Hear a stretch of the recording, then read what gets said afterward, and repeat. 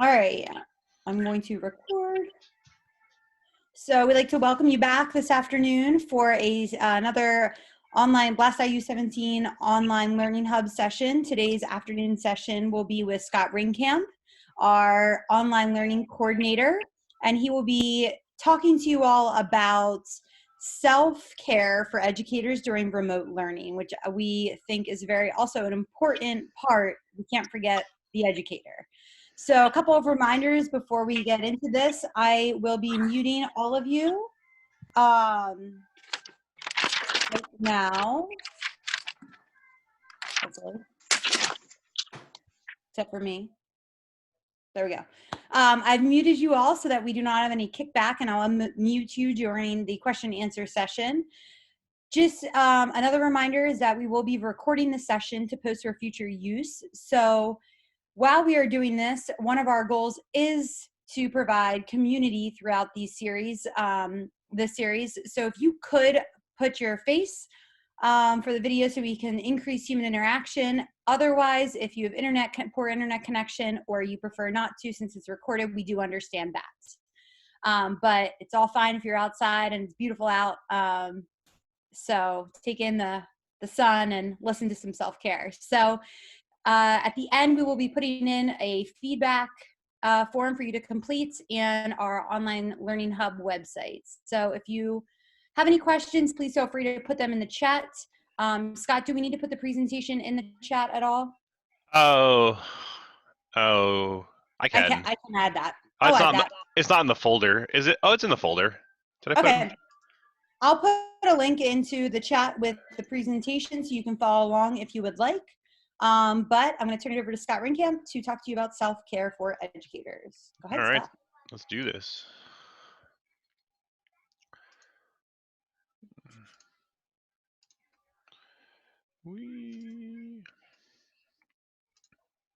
Oops, wrong button. Let's get out of there. Let's do that again.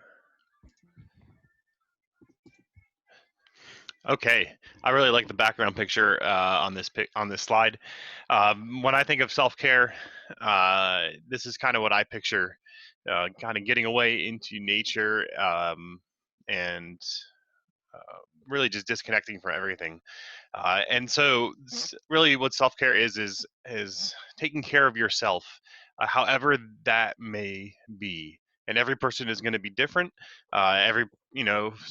Something for one person is going to be self-care for another, and vice versa.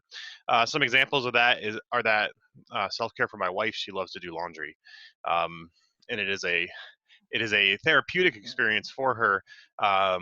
And whereas for me, self-care would be taking a walk, or something related to that would be like playing video games. I like to play video games, and it lets me relax and kind of blow off steam and energy like that.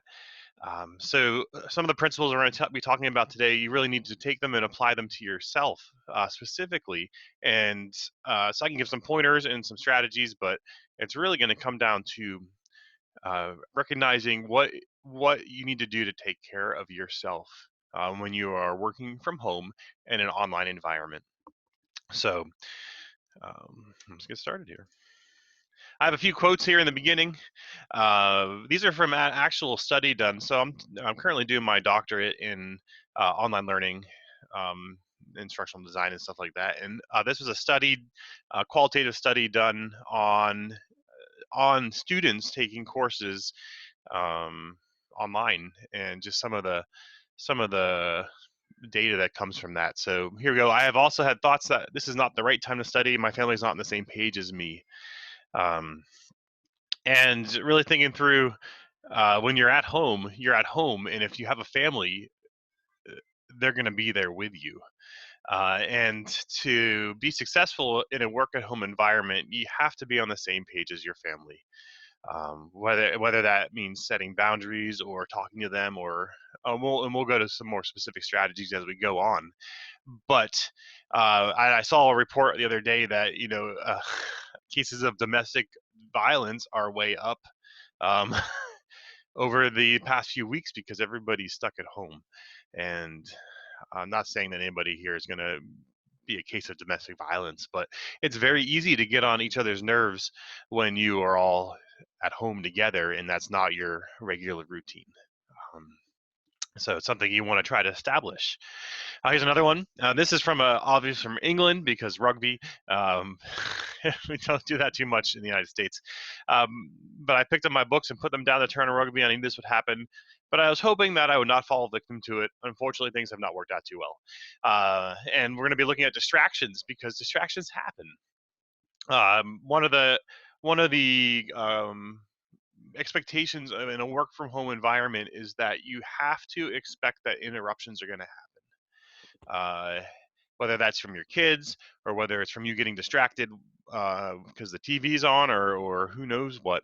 But you have to expect it's going to happen and be ready to first off, don't get angry at yourself or at your kids or at your family when interruptions do happen, but be able to mitigate those in a way that keeps people from again getting stressed out and yelling and stuff like that. So in this instance here, it was a student taking online learning courses, and instead of studying, the TV was too much of a temptation, and they failed. So in this case, the student did not make it through their courses. And the same goes for teachers as well. Um, Here's another one. And this again depends on your situation at home. This person, while taking online courses, my family picks up the slack with regards to cleaning or doing laundry. And um, one of the this is very transferable. One of the things that talk to, so we talk with families when their kids are going to start online learning, is that when during that time period set aside for online learning, that does not mean that there are extra help around the house. And the same kind of goes when you are working in an online environment.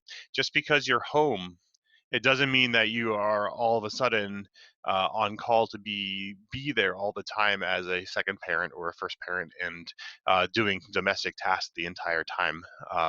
You're at home. You're going to find yourself getting frustrated because you're not getting work done. Um, that doesn't mean that you don't have the extra time to do some of those tasks, or you can weave those in. Uh, and we'll look at that a little bit too, because just like in the office or at school, you have time off. You get break time, you get your lunch time, and you can use those now and on home to do some of those activities where that will make maybe the day flow a lot better and be more relaxing for you in the end. Um, it's kind of the these three pieces here, kind of the three big things uh, that working in an office or at work really provide you that are not provided by default at home, at least not right off the bat. So the first is routine, and especially for teachers, your routine is set. You go to school, you have your periods, you have your courses, you have your rotations, your prep periods, your lunches, and it's all dictated to you by the schedule of the day and of the school. And you have movement built into that day. You're up at the board, you're sitting, you're standing, you're walking to lunch, you to the coffee machine, to the break room, walking your kids down the hall to their special, whatever it may be. You're up and moving all the time, and getting yourself. You're not essentially seated in front of a computer all day, which online remote working tends to be a lot of that. And then you have interactions, and it's very easy, of course, especially at a school, to have interactions. And usually one of the you know by the end of May, June into the summer, most teachers are peopled out on the year, and they kind of want to get away for a little bit because of the extreme amount of human interaction a teacher gets throughout every single day, whether that's through their students, the staff, the extracurricular activities, the clubs, the sports, and all that. And to go from having all that interaction down to zero, which is the course, when we close the schools down completely and there's no even back and forth yet, is a pretty big change in routine and in movement. Um, and it's probably a shock to your system when you're thinking about self care. Um, these three things are the things we want to build back in while you're working at home. So you want to build a routine, you want to build movement in. And Becky would be the first to tell you that when I'm at the office at the IU, I am very good at getting up and walking from my desk, and I try to get 7,000 or 8,000 steps in daily. Since I've been home, I think I've only made it 10,000 steps one day over the last 3 weeks. Um, because I am personally not moving enough.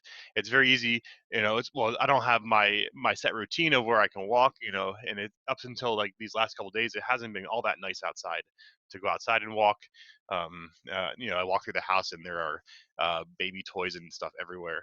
And so it's hard to find a route and stuff like that. And so trying to build that back in as well, and then building back interaction. And that's one of the reasons we're doing these webinars, is to give teachers a point of interaction with people throughout the day, a chance to interact, a chance to talk, to ask questions, to build some of those interaction points back in. I know a lot of districts are doing a lot of their work, through LMS systems and stuff like that, or email, and you're interacting, but those aren't the real interactions that you get in a face-to-face environment. Um, so just kind of looking at some of the areas where we can try to build those pieces back in. The first is your work-life balance, and this is a term that remote workers, you hear all the time. You hear it in the office too, like taking work home from the office and working on it and working on it. When you already are at home and you're in the office at home, it's very easy for your work life to kind of spill over to your personal life. There's a few pieces of a few things in here. First is your commute time, and almost every teacher, you had a commute time to the office, to the school, and back home. And what are you doing with that extra time in your day? It can be tempting to be, well, I know I might as well start working because I'm already in the office at home. But what can you do to reclaim that time and use it for something for yourself, to care for yourself? Some suggestions I've seen as I prepare for this were to actually cook yourself breakfast, um, or do some extra laundry, or go out and do some exercise. Use that time where you would have been driving to school for something personal, and something that is very beneficial and relaxing to you. Along with that, you want to clearly define your work time and don't let your work intrude, or vice versa. Don't let your personal life intrude to into your clearly defined work times. Um, and so that means, like, if the end of the day comes and maybe take the stop working and go do something else, and maybe you're used to grading in the evenings and you follow that routine, and that's okay. But you don't want it to bleed into you start working earlier and earlier and earlier, and you work later and later and later in the day. And the same goes for personal things. You don't want to find yourself, like, washing the dishes when for 2 or 3 hours in the middle of the day, or picking up the house instead of doing what you're supposed to be doing. um, but the last one there is, you have the flexibility now to be flexible. And one of the most important pieces about that flexibility is to take frequent breaks from sitting in front of your computer and working straight through. In the classroom, even though you don't realize it, you are getting those frequent breaks because your kids will move to a different activity. You're gonna have period changes in the upper grades, and maybe it's only 5 minutes where the students are shifting out and shifting back in, but that break is essential to your self-care. And at home, instead, it's very easy to schedule a Zoom meeting after a Zoom meeting after a Zoom meeting after a Zoom meeting, without that 5 minutes of transition time in the middle for you to stand up, go make a cup of coffee, use the bathroom, and do things like that. Um, and because you're at home, don't feel bad if you take that 5 minutes and you do go throw a load of laundry in, or you do go wash some dishes, or you do go do something personal in your house. There's nothing wrong with that, because whether your break time's at the school and you're sitting at your desk checking Facebook on your cellular device, or your break time's at home and you're going outside and you're throwing some mulch on the flowers, it's not time you're expected to be working, and it is going to help with that self-care and making the days flow better. So the next section is physical care, and this is closely related. And you would think some of this is very common sense, but number one, you want to get up and move around on a frequent basis. It's not healthy to sit in front of your computer all day. And in the classroom, you do get up and move around a lot more than you think. You want to make sure you eat and drink normally. You have a clearly defined lunch period at school, and you use it, and you eat lunch. You eat lunch with your friends. You bring students and have a lunch and whatever in the classroom or however you're doing that. But you have that clearly defined time. Be careful not to find yourself at 4 in the afternoon and you still haven't taken that time for lunch. And whatever that break is at your school, whatever you are contracted to get, you still get that in a work from home environment. You don't all of a sudden have to work through your lunch because you're in the office at home. Um, you still get a lunch break, and I encourage everybody to take an actual extended lunch break. You need that extended time to eat and drink and relax and um, um, well, take care of yourself. And the last one is sleep.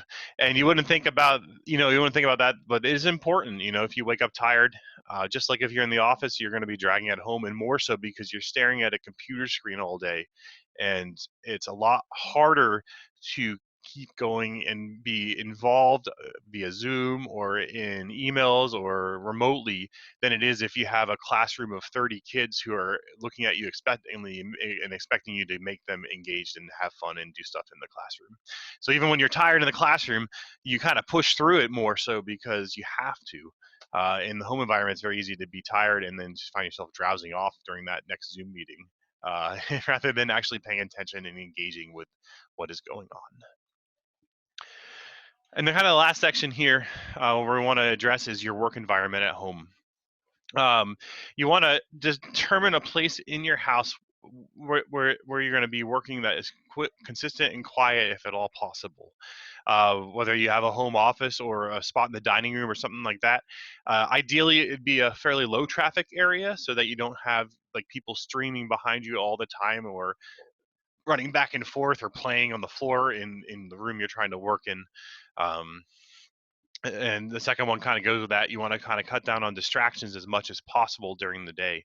And there's a ton of good research and stuff on how to do that out there. And most of it is applicable to you in the building. Probably one of the biggest distractors for people who work at home, though, is email. When you're a teacher, you can't check your email all the time. You're busy teaching or doing other tasks, stuff like that. And you sit down in your prep period, and I can be dangerous because you check email, and then all of a sudden your prep period's over because you were reading emails all prep period. In the work at home environment, you can get distracted by your email all day because one thing's in, it comes in. Oh, look, an email. Oh, another one. And then you never got that post put up on Schoology or you never got that activity created because the emails keep dinging and coming in. And if you look at some of the research and some of the strategies out there, they recommend that you essentially shut your email program down. And only check it at specific times during the day.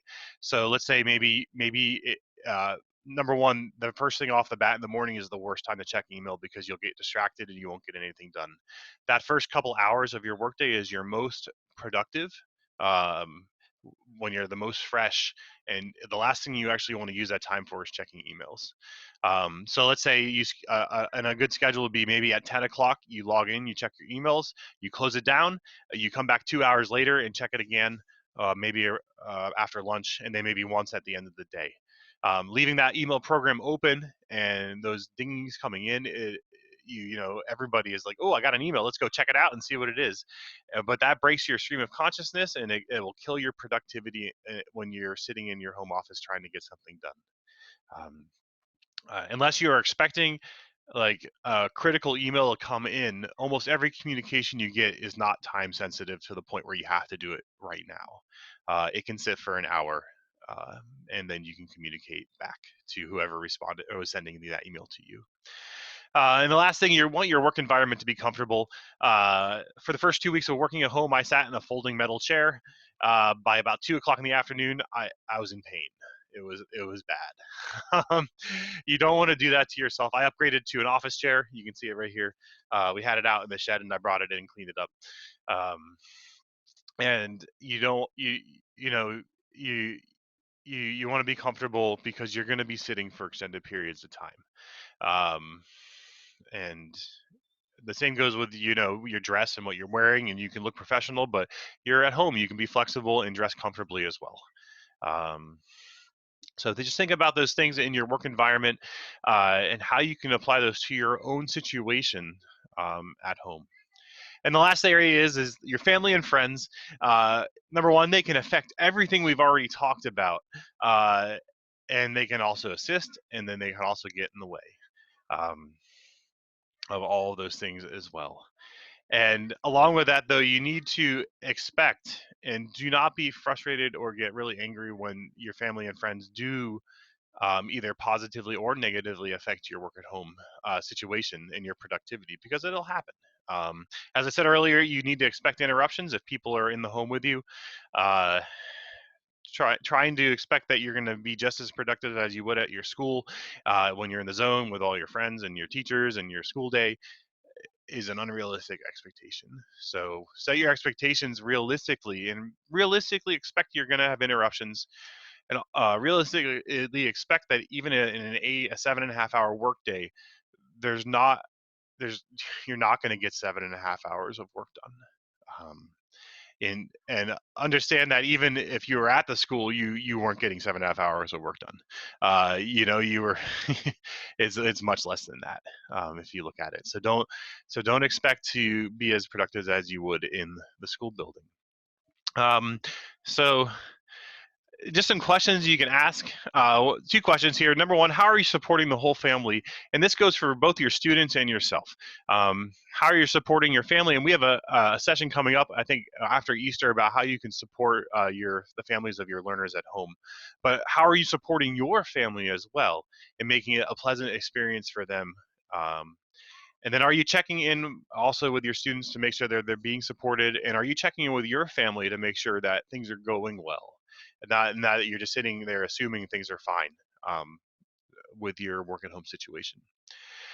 And then I just have a list here of some strategies that I have found helpful. Just wanted to go through them real fast here I'd like you to consider as you are caring for yourself. The first off is work in the smallest chunks as possible, and then get up and walk around. One of the most successful strategies in the corporate world is called a sprint, and that's where you work for 25 minutes and then you take a 5 to 10 minute break. And just like your students, adults cannot pay attention for more than about 25 minutes. Whether you think you can or not, you can't. Maybe some people are more or less, but just about 25 minutes is the extent of our ability to concentrate on a topic of conversation. Um, so work for 25 minutes, then stop, get up, go make some more coffee, walk outside, come back and sit down. After 2 or 3 chunks like that, take an extended break of at least 15 minutes and get away from your computer and go do something else. You'll be much more productive than if you just sit there staring at your screen trying to write another email or write another activity or project. You will.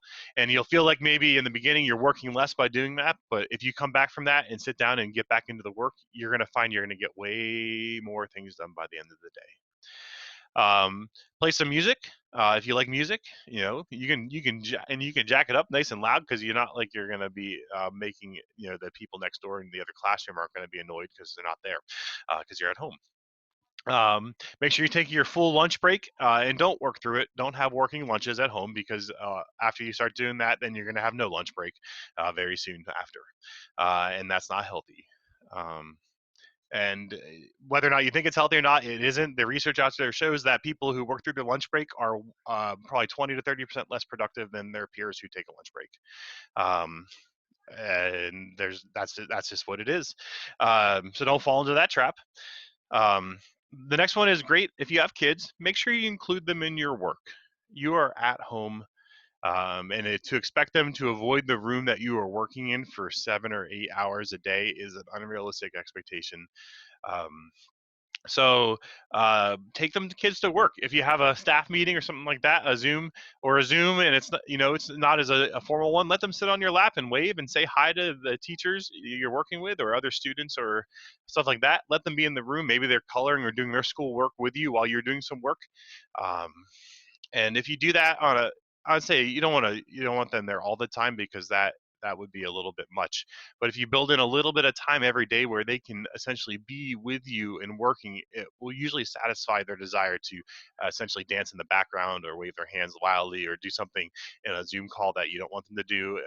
I've seen a lot in the last 2 weeks of of kids playing air guitar or waving or dancing wildly in the background of Zoom meetings while I don't know if the people there knew that it was even going on, or them walking across doing like the Egyptian walk or going down steps and stuff like that. It happens. And then the last thing I just want to reiterate one last time is to expect interruptions, and do not get angry at them and realize it's a product of the situation you are in, and address them as they happen. Maybe have a conversations as needed, um, but yeah, expect them, and that's probably the best thing you can do. So that's kind of what I have for you today. I'm going to go ahead and stop the sharing on my screen, and we have about 5 minutes left, so open it up just for any questions anybody has. You can either put them in the chat, or you can go ahead and I believe you can unmute yourselves and use your microphone.